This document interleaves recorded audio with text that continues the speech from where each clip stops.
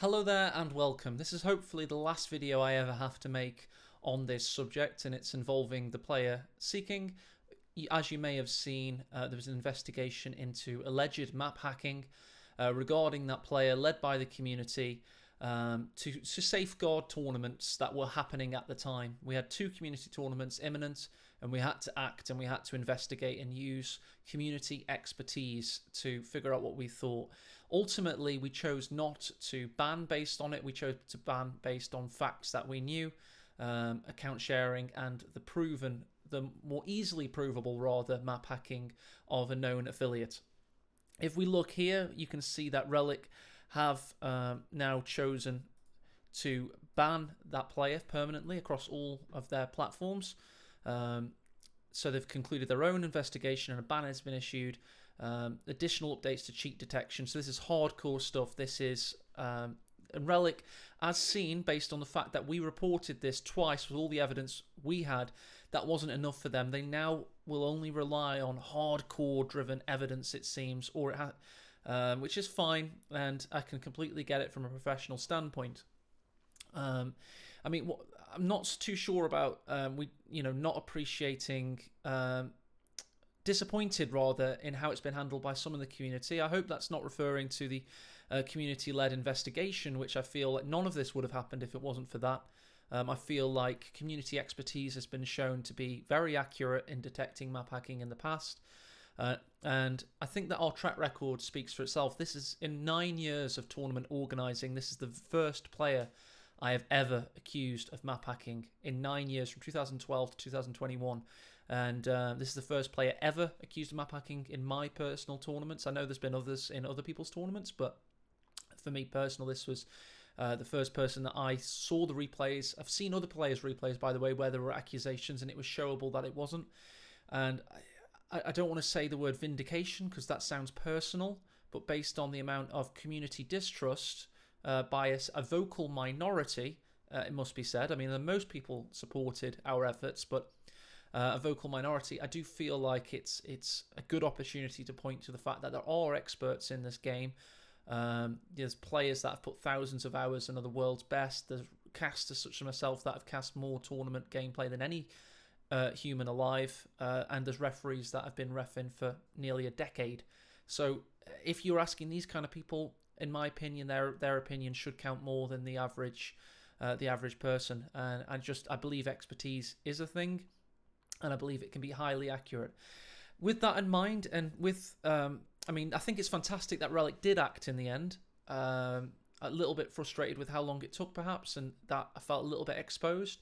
But I kind of have only myself to blame for being exposed, because there wasn't a procedure like this draft in place at the time. Now, this drafted procedure talks through why it's necessary to report a player if you've got that's playing in the Master League of possible allegations. Keep it private.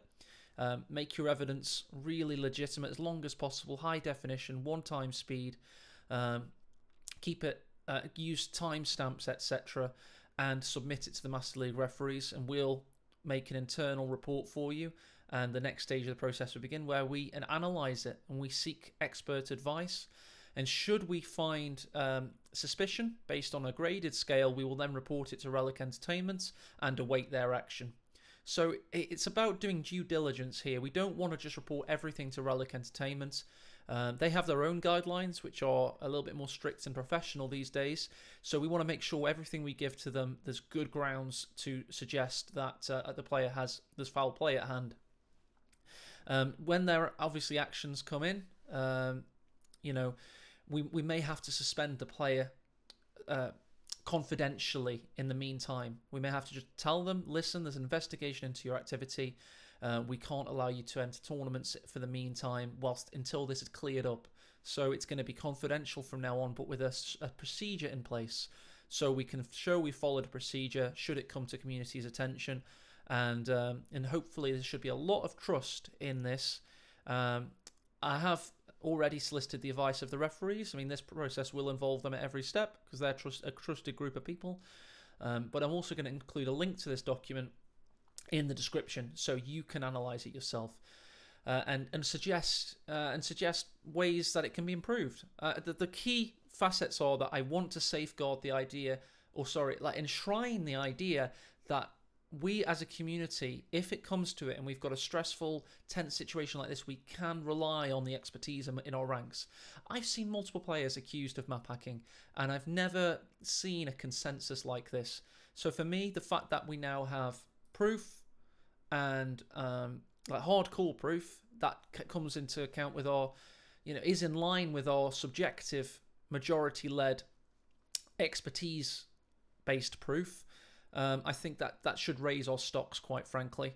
And as you may have seen, I did back down from the idea of accusing him of map hacking in the end, but that's not for lack of belief in that at any stage. It was because I knew that it would be better for the community if we just focused on what was accepted fact. The affiliation with Deadbolt and the fact that Deadbolt was clearly map hacking, like obviously so. But you have to understand that a top player, it's always had been a hypothesis, a top player knows better than anyone else what is considered standard play. So they're in a position to hide said activity really well, unless you have experts analyse it. And that's what we did in this case.